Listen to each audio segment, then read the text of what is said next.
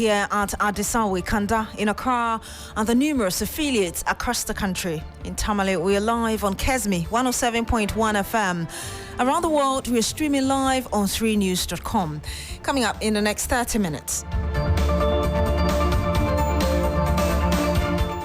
National Peace Council to require flag bearers of political parties to commit to peace ahead of the 2024 election. Also, President Akufo-Addo expected to meet the majority caucus in Parliament tonight to calm tempers following report of attempts to remove leadership of the caucus. Later in this bulletin, National Association of Institutional Suppliers threatens series of actions over government's failure to pay arrears owed its members.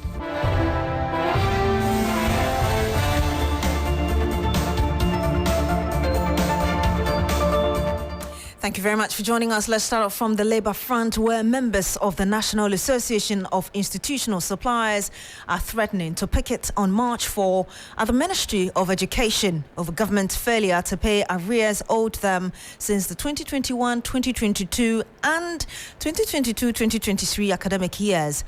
At a media briefing in Accra, the leadership of the group accused the Education Ministry of scheming to take them out of business. Sarah Apinkra is there covering the event for us. She joins us live. Sarah, what more can you report?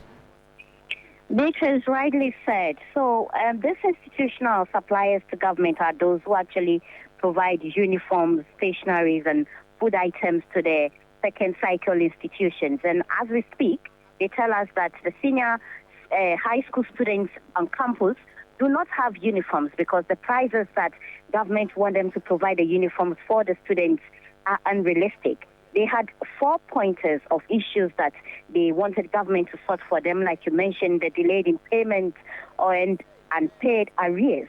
Also, they are seeking the cancellation of some contracts to some of their suppliers to be re-tendered to them by government, and they are also asking that the price be looked at by government. They actually more infuriated concerning a statement by the Education Minister, Mr. Educhum, who said that they had a right to picket and that he does not have any money stuck in his house to be given to them.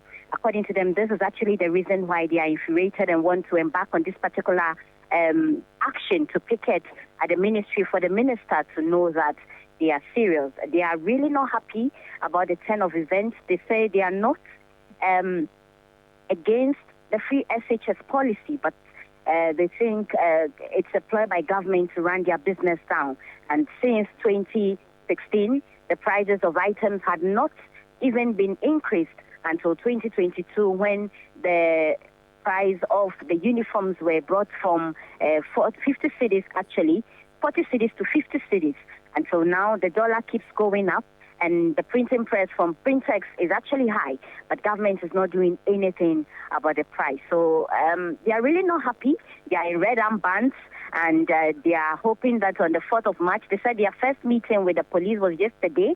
They sought their approval and notice, and they will push through with this picketing on the 4th of March to register their displeasure to government.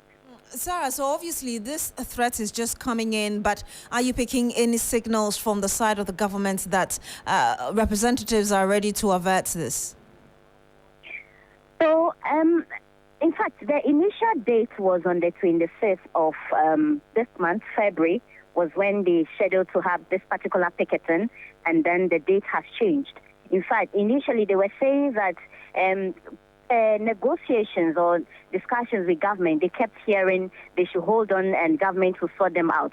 But the last straw was the last encounter or message from the minister, which has pushed them to come out today and tell government that they are going to push through with the demonstration. We haven't heard from government yet, but we would definitely follow through to see government's response to this particular threat. Sarah Apinkra, thank you very much for bringing us those details from that press conference there. Now, President Akufo-Addo is expected to meet the majority caucus in Parliament tonight. The emergency meeting of the National Executive Council of the New Patriotic Party on Monday had on its agenda changes to the leadership of the majority. But the majority side at a news conference in Parliament yesterday denied the potential leadership changes. Member of Parliament for Asante Achim North, Andy Apia Kubi, says he thought the meeting of the National Executive Council of the NPP on Monday was to explain the party's position in line with the new standing orders of Parliament. He noted that the current position of the law, as per the standing orders of Parliament, allows members to select their leaders. Listen to Andy Apia Kubi speaking earlier with Alfredo Kanse. Today, variously people have discussed attempts to remove our leaders. I didn't see it as such.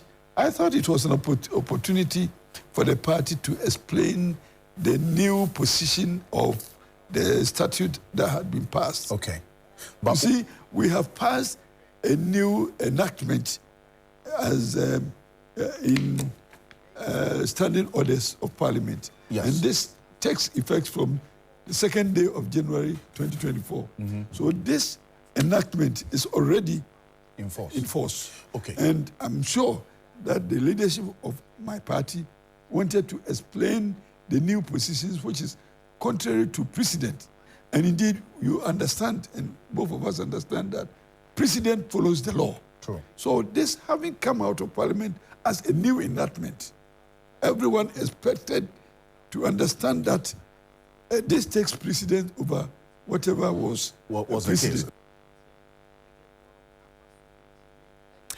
And that was MP for Asante Achim North, Andy Apia Kubi, speaking earlier to Alfred Okanse. And we'll bring you some more on this later from Parliament. But ahead of that, let's bring you the story about the National Peace Council this afternoon meeting representatives of political parties with barely 9 months to the December 7 general election. The National Peace Council says it will require flag bearers of the political parties to commit to peace on a public platform amid threats of the re-emergence of political vigilantism ahead of the 2024 elections. Speaking at the quarterly inter-party dialogue, Chairman of the National Peace Council, Reverend Dr. Edijenfi, commended the National Democratic Congress for returning to the Inter-Party Advisory Committee after the council intervened. As the 2024 election year approaches, I would like to use this opportunity to outline some of the plans and activities we intend to roll out during the year.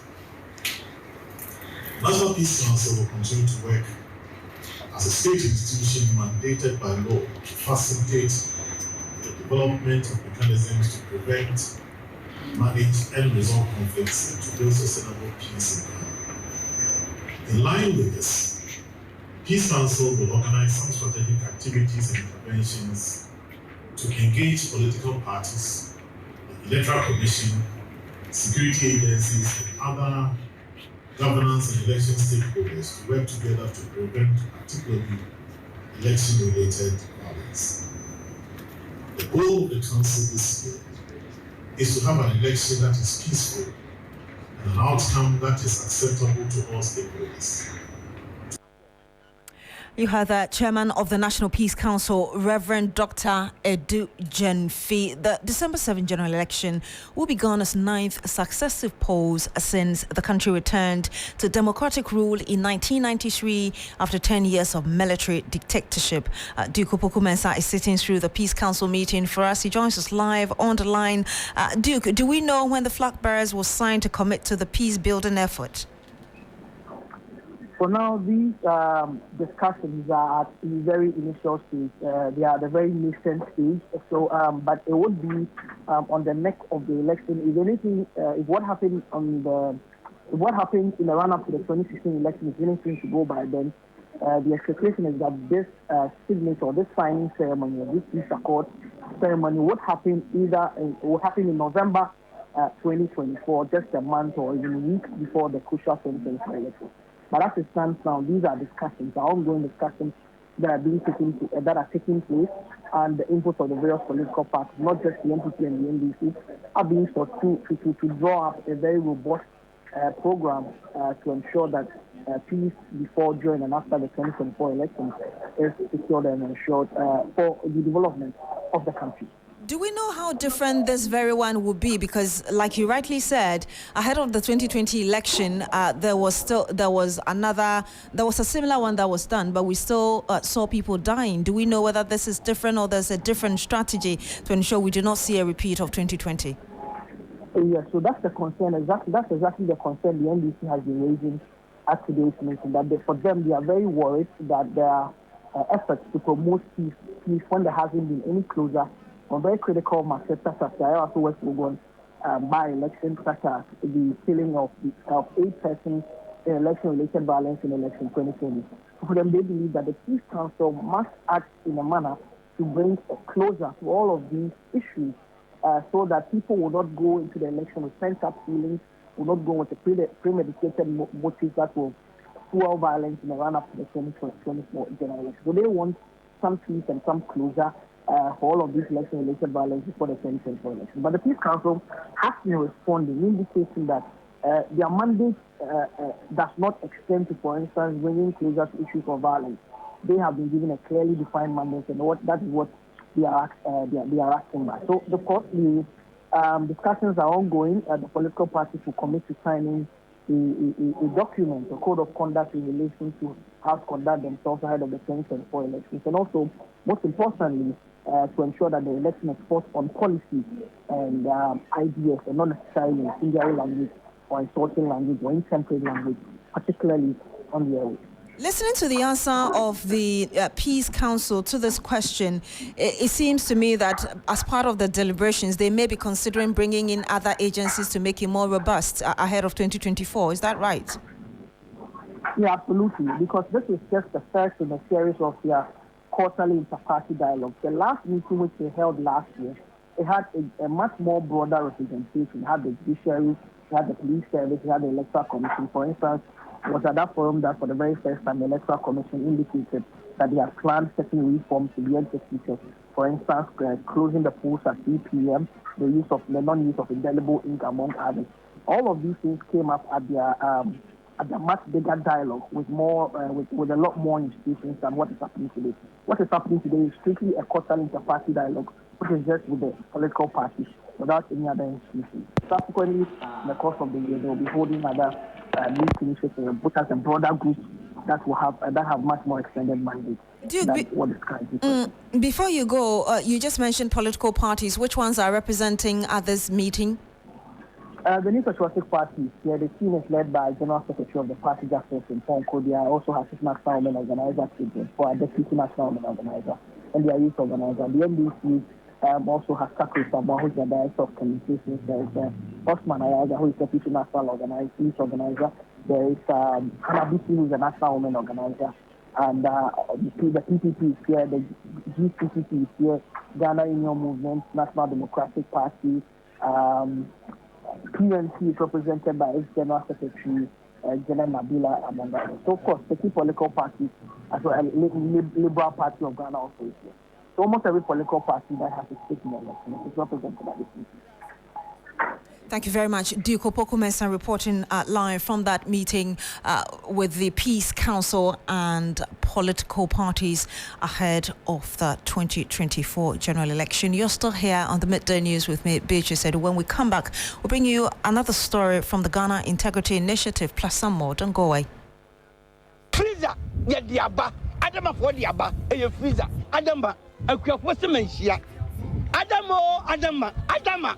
Metimosua, my sorry. Canino, over Moasia. I do for the Nobium Union, San last at 9. I don't know what we do. Adam of what you have from what we say. Yet the Adruba Cope, ever ship we be a high technology. I could for freezer. When Kwan, and once open your 15 letters. No fugum, what ya no fugum. What the bus here, if we be any of us, you, equal to say, over Timono. Then we sure say, women show task here. Nem wasena for na no freezer umpe we na pade freezer basia e be so do so ama amoni age omuti na me wasika omuti na me di me nyina du ba bi so me do mbu adama without adama no kua adama you can't resist obenya adama West Africa for adwe bi we be biara ye ton kra ye ho adwu afi kayo na kenkan enchoya e wo adwe ho.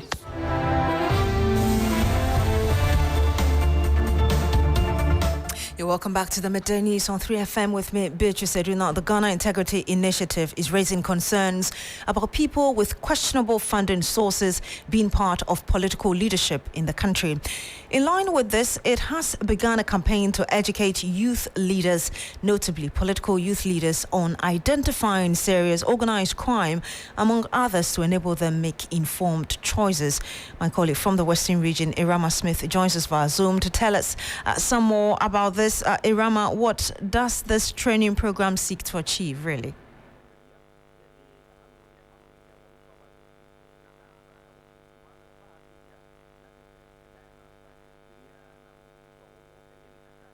Hello, Irama, can you hear? So the Ghana Integrity Initiative is going around the country trying to educate the youth leadership and create that awareness to be critical and question politicians who come around flaunting monies to get their votes. You know how politics has become so monetized in Ghana, and there is a fear that we'll have people with very dubious or criminals at the head of our political leadership. Listen to the resource person who is the head of finance at the Ghana Integrity Initiative, Benedict Joe. Serious crimes or serious and organized crimes has a good or a very important correlation with democracy and elections. Why? Because if people are able to engage in serious and organized crimes, and out of that, they get some proceeds and use that proceeds to finance their political ambition through elections, then we have a big challenge at hand. What that means is that through that dubious means, they would have gained power through the election. And if they get into places of power, then they will use their influence at those levels to foster their criminal agenda. And that is why we need to be cautious of this, identify it and report it to the appropriate state agencies to prevent such people from taking over our political space. Irama, were you able to obtain any feedback from the participants? It seems education went down very well because I interacted with some youth leaders of two main political parties in the country, that's the NDC and the MPP, and they give the impression that they'll begin to question the source of funding of politicians who come to them. You may listen to them. Looking at the kind of futures that they were describing, those into those acts, those into those criminal serious acts, no, it looks as if we are living on those people. We are living with them, and we are giving them their access roles. We are giving them various important positions on our political front. But this one, from what you have learned today, when I go back, anybody who is coming in, we won't shy away people from joining us because they may have their ideology, and their ideology will be within our political line. Therefore, they want to join us. But in recruiting people, in engaging people, it is an eye-opener to us. I've learned today that we should not, we the youth, we should not plan and go and do anything that is against the law.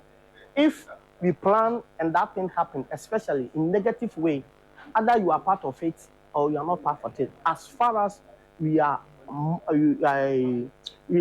those who planned the event, they will still arrest you and the law will punish you. We head to the Ashanti region where the Ministry of Finance has released a total of 14 million euros for the resumption of work on the Kumasi International Airport and 500 capacity Konfanoche maternal and child health block. Since January 2023, work on the projects has been halted owing to financial constraints, and residents have for months mounted pressure on the government to bring contractors back on site. Now, with the release of part of the outstanding amount of money needed for the completion of the project, how are residents receiving this? Ibrahim Abubakar is our man in that region. He joins us live. Ibrahim, what can you tell us about the current state of the Kumasi Airport and indeed the Konfanoche maternal and child health block? This project would have been completed some time ago, but for the challenges that we face. And they are left with just the extension of the runway and also the fixing of the tower to complete it. The contractors were waiting for a total of 9 million euros to finish up this work. And for more than a year, work was not going on there. Yesterday, the finance minister made it clear to them that they have released 7 million euros for them to finish up with the work. The remaining 2 million will be released by the end of the week, so that by April, they should be done and hand over work to the government for use. Then we look at the Konfanochi Matena in charge unit. It is currently 35% complete, and we are told that 14 million Ghana cedis has been released to for contractors to mobilize and return to site. That is not the total. We still have more money that government is expected to release for them to finish up. As we speak, the contractors have begun mobilization.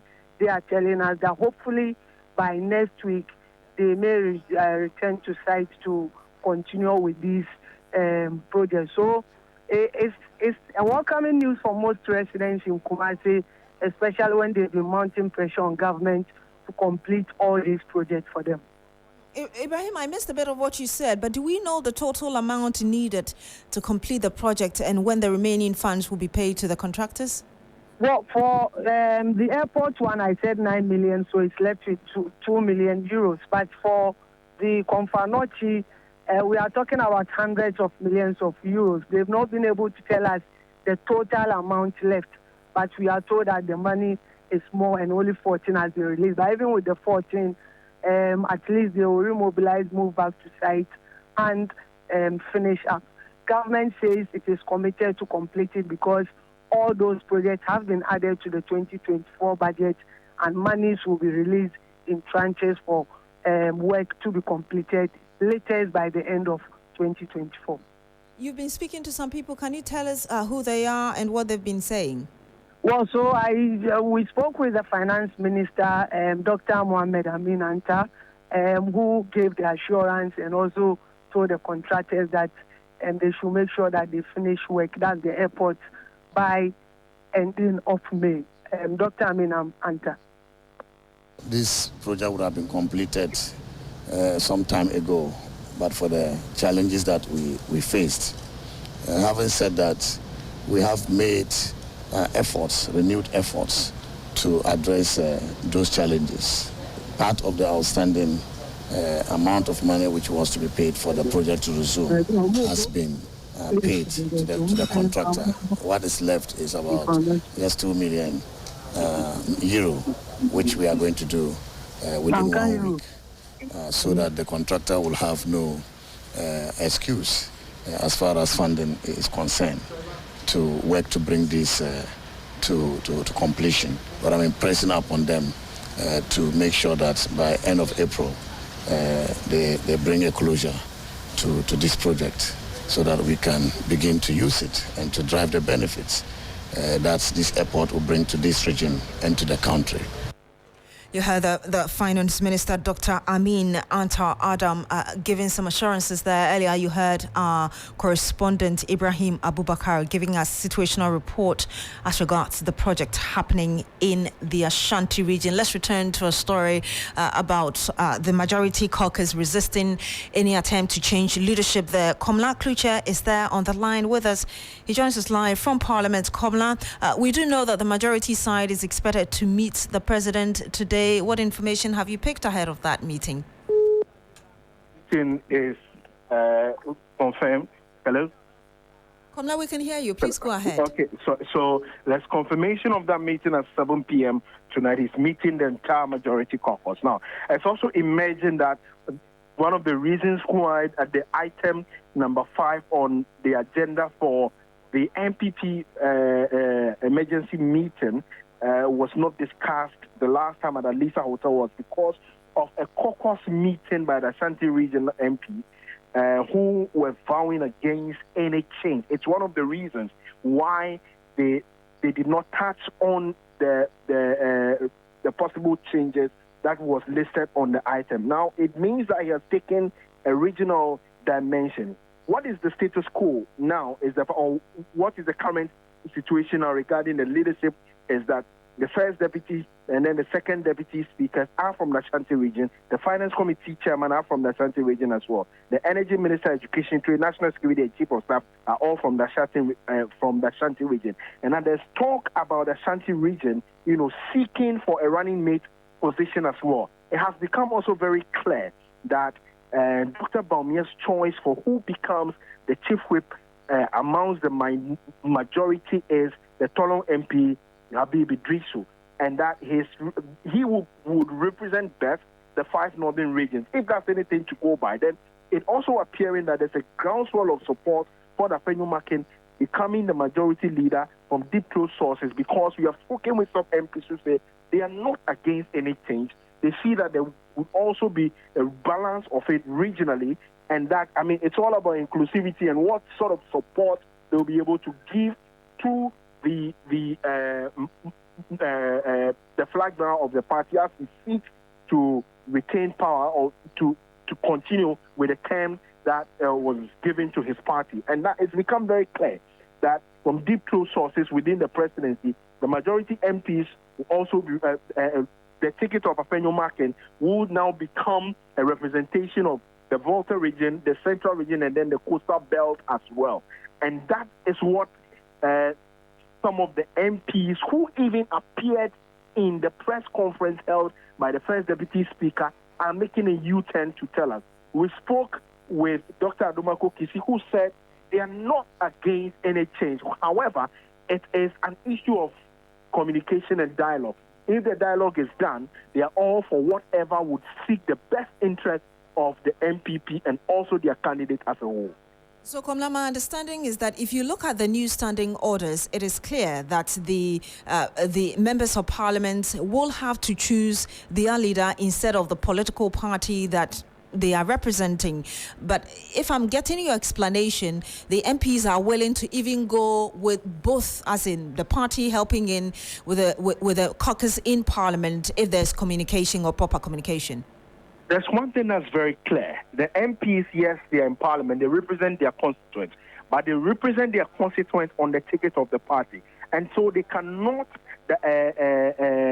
delink themselves from the party.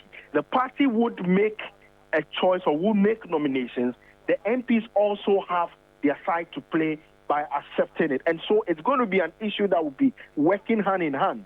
And so none of them can say that they are on their own. The party cannot say they are on their own, and the MPs can also not say that they are on their own. They need to be able to dialogue. And that, for me, is what these MPs who are making, so to speak, a U-turn now say that, well, there's nothing wrong with any change. What it means is that they just have to work hand in hand in the interest of the party. And if the interest of the party is for a change in the leadership, they will be for it, but they should dialogue.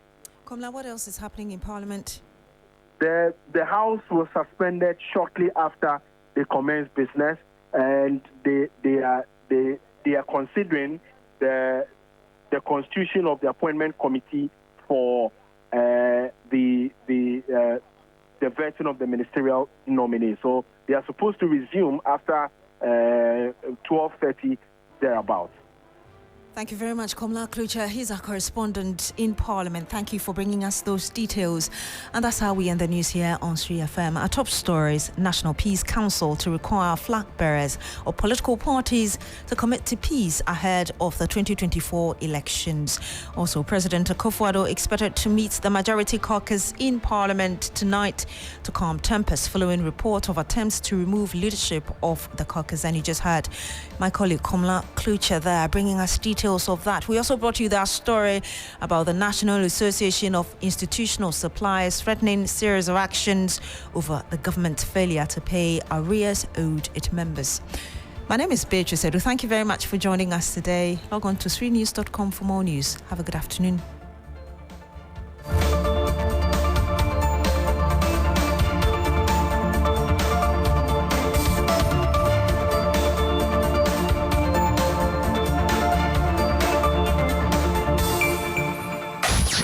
Accra gets busy on this frequency. 92.7 3FM. lovers and Gobe Eaters Association, get ready for the biggest Gobe event in Ghana. When I wake up in the morning, Gobe Nikoko is calling. The 3FM Gobe Festival 2024 on Saturday 16th March at the Accra Mall Interchange Park from 9 a.m. Come experience a full festival interlace with fun activities and music performances like never before. Be there to savor different flavors and combos of Gobe, like Gobe and rice or Gobe and kenke. Throw some pepper on the side, avocado in the center circle, and eggs on the top corner. Last year was terrific. This year will be a showdown. Don't miss out on the gastronomic delights and vibrant atmosphere. Are you a Gobe seller or you know anyone? Call now to register 0532-200-927 or 0531-100-927. Let's link up. The 3FM Gobe Festival 2024. Your Gobe joins the B. Join us on Saturday 16th March at 9 a.m. and let's transform the Accra Mall Interchange Park into a Gobe lovers paradise. I mean, you know, the 010 formation, you only do work if you chop Gobe. 3FM 92.7 is bringing the Gobe Festival. 3FM 92.7, your urban lifestyle radio station.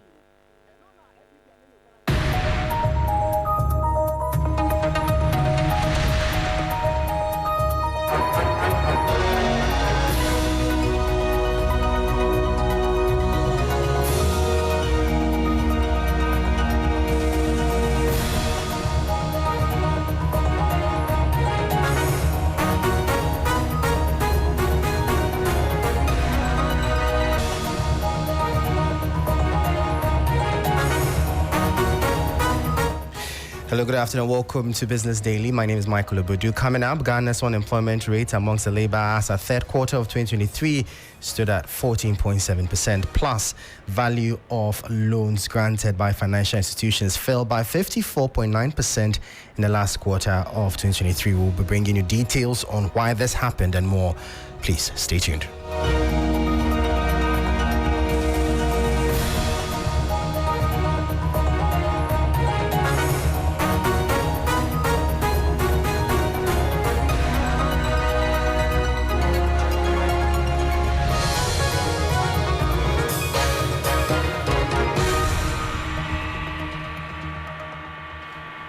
Well, thank you for staying with us. Straight into our top story now. As Ghana's unemployment rate amongst the labor as at the third quarter of 2023 was 14.7%. Greater Accra and Ashanti regions were higher than the national average. Dr. Owusu Keja is the Director of Communications and Dissemination at the Ghana Statistical Service. For some reasons, are not finding a job.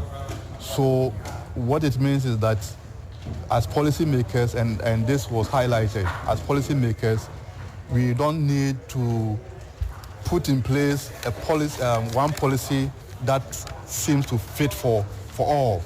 And that is the point that Prof. Nim emphasized, that we need to disaggregate the data to know where the problems are. And so if you disaggregate the data like this, then you find that possibly our strength in terms of emphasis should be in Greater Accra and Ashanti region more than the other regions. So that was Dr. Owusu Keja. He is the Director of Communications and Dissemination at the Ghana Statistical Service. Now, away from that, the value of loans granted by financial institutions fell by 54.9% in the last quarter of 2023. According to data from the Bank of Ghana, the total amount of secured loans registered by banks and specialized deposit-taking institutions, STI, reduced by over 7 billion cedis compared with the same period of 2022. The huge decline was reported in the Bank of Ghana's Collateral Registry quarterly brief for the fourth quarter of 2023. Now, Director of Planning and Quality Control at GIMPA, Dr. Ebenezer Bugianaf, has been sharing some insights on what accounted for the sharp decline.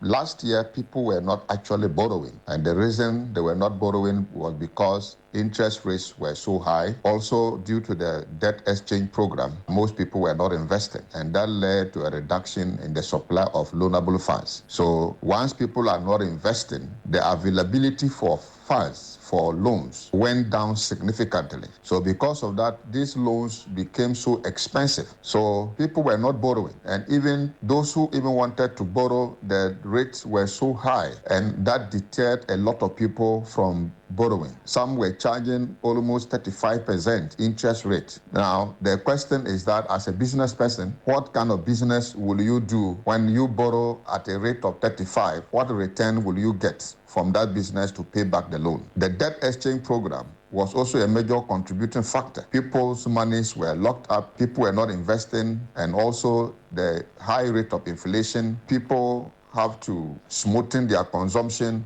by disinvesting from their savings, and a whole lot of factors that accounted for the secure loans reducing by 54.4%. So that was Director of Planning and Quality Control at GIMPA, Dr. Ebenezer Bugui Anafo speaking. Then away from that, economist Dr. Edu Wusu-Sarkodie is urging the newly appointed Minister of Finance, Dr. Ahmed Adams, to deal with the statutory payments in Ghana's budget to minimize borrowing. According to Dr. Sarkodie, statutory payments such as salaries take up all domestically mobilize revenue, forcing government to depend on loans for other budgetary allocations. His call comes barely a week after the president announced a new sector minister, months after calls from many, including the majority caucus in parliament, for Ken Ofori-Atta to be fired. What will matter now, even with the change of the finance minister, is to deal with the rigidities in the budget. Ghana's budget has so many rigidities. The rigidities are caused by statutory payments. So the onus lies on us as Ghanaians and as government to mobilize enough resources here in the country domestically, and then use the borrowing as a supplement for financing. Even if you succeed in borrowing, you still have to come home and mobilize resources domestically to service your debt. So that was economist Dr. Edu Wusu-Sarkodie speaking there. Meanwhile, the Chamber of Bulk Oil Distributors, CBOD, says it's optimistic of positive impact within the economy and the oil and gas sector with the appointment of Dr. Ahmed Adams as finance minister. According to the CEO of the chamber, Dr. Patrick Ofori, his rich experience in the sector coupled with his involvement in CSO activism makes him a top pick for the job. Dr. Amin taking over the finance ministry relatively gives a bit of confidence, and why we're so confident about that, he appreciates the energy dynamics and its impact, and he's coming to that from also a background of as a civil society activist, moving to politics, and then have gone through the mill from energy ministry, which more or less one aspect that pushes our currency because of the IPP agreements, and then also the refined products imports and all that. So I think he's a fine brain and a young gentleman who moves in to join an already existing team that are also bent on making the required impact. So I think that alone is a plus, so that we can all see how best we leverage on our relationship and the support that we can both offer to ensure that we all win together as a country.